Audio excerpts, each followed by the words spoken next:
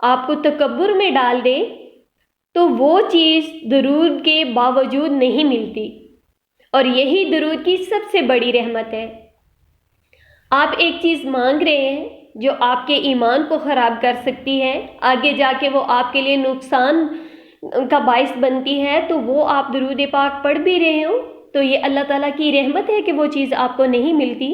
جب آپ کوئی چیز مانگ رہے ہیں اور درود پاک پڑھ رہے ہیں نا، اور وہ نہیں مل رہی، تو اس پہ آپ اللہ کا شکر ادا کیا کریں کہ یہ چیز جو آپ کو نہیں ملی یہی آپ کے لیے بہتر تھا اس کا نہ ملنا۔ اگر وہ مل جاتی تو آپ کسی بہت بڑے نقصان میں، بہت بڑے صدمے میں چلے جاتے۔ تو درود پاک پڑھنے سے وہ چیز نہیں ملتی جو آپ کے ایمان کو خراب کرے، آپ کو اللہ پاک سے دور کر دے، یا وہ آنے والے وقت میں آپ کے حق میں بہتر نہ ہو۔ درود پاک تقدیر بدل دیتا ہے لیکن ضد نہیں سکھاتا۔ درود ہمیں یہ سکھاتا ہے، اے اللہ جو میرے حق میں بہتر ہو وہی عطا فرما۔ یہی وجہ ہے کہ کبھی نہ ملنا بھی اصل میں عطا ہوتی ہے۔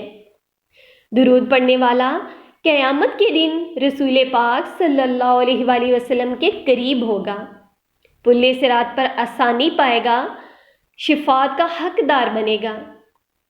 سوچئے، کیا جنت کے بعد بھی کوئی خواہش باقی رہتی ہے؟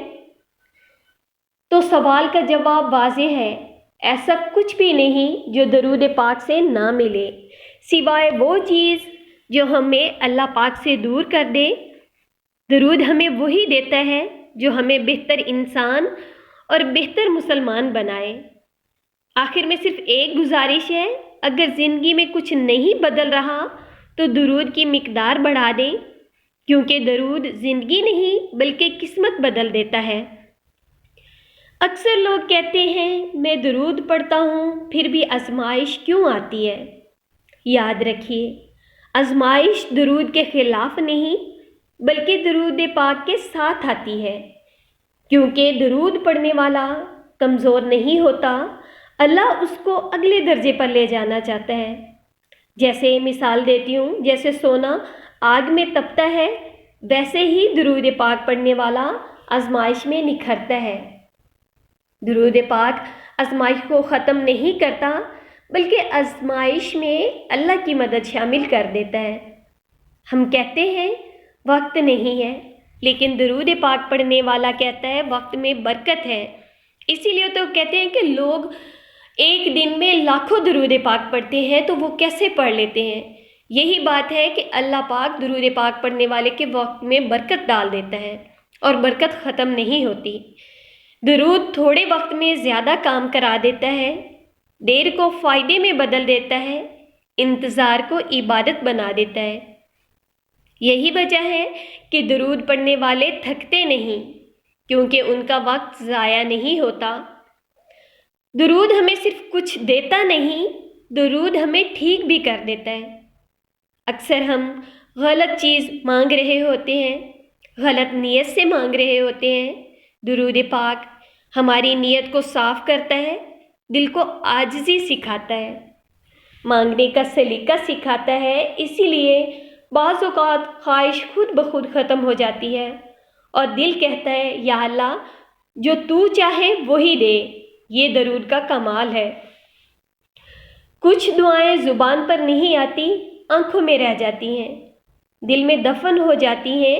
درود ان دعاؤں کو بھی سنتا ہے۔ جب بندہ کچھ کہے بغیر صرف درود پاک پڑھتا ہے تو اللہ پاک فرماتا ہے میرا بندہ بول نہیں رہا مگر میں سب سمجھ رہا ہوں۔ یہ وہ مقام ہے جہاں الفاظ کی ضرورت نہیں رہتی۔ وہ واحد چیز جو درود نہیں دیتا۔ اب ایک بات بالکل صاف سن لیجئے، درود پاک ہر چیز دیتا ہے مگر ایک چیز نہیں دیتا، اللہ سے بے نیازی۔ درود کبھی آپ کو اللہ سے دور نہیں کرے گا، تکبر نہیں دے گا، گناہ پر ڈھیل نہیں دے گا۔ اگر کوئی چیز آپ کو رب سے بے پرواہ بنا دے تو سمجھ لیجئے وہ چیز درود کی عطا نہیں ہو سکتی۔ آخر میں سوچئے، اگر دنیا میں کچھ نہ بھی ملا تو کیا خسارہ ہے؟ درود پڑھنے والا قیامت میں تنہا نہیں ہوگا، رسول پاک صلی اللہ علیہ وآلہ وسلم کی پہچان میں ہوگا۔ درود پاک تو ہمارا شناختی کارڈ ہے۔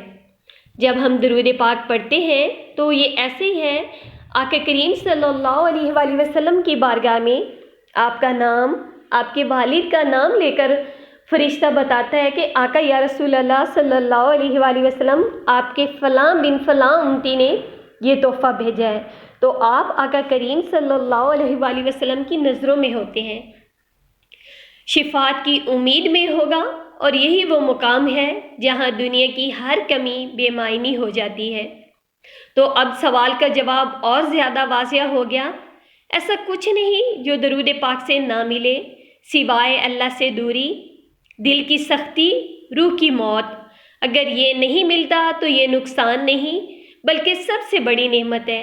آخر میں بس ایک بات، اگر زندگی خاموش ہے تو درود بولنے لگے، اگر دل بوجھل ہے تو درود بڑھا دیں، کیونکہ درود صرف مسئلے حل نہیں کرتا بلکہ انسان کو بچا لیتا ہے۔ میری دعا ہے کہ اللہ پاک ہمیں محبت، ادب اور توجہ کے ساتھ درود پاک پڑھنے والا بنائے۔ آمین ثم آمین۔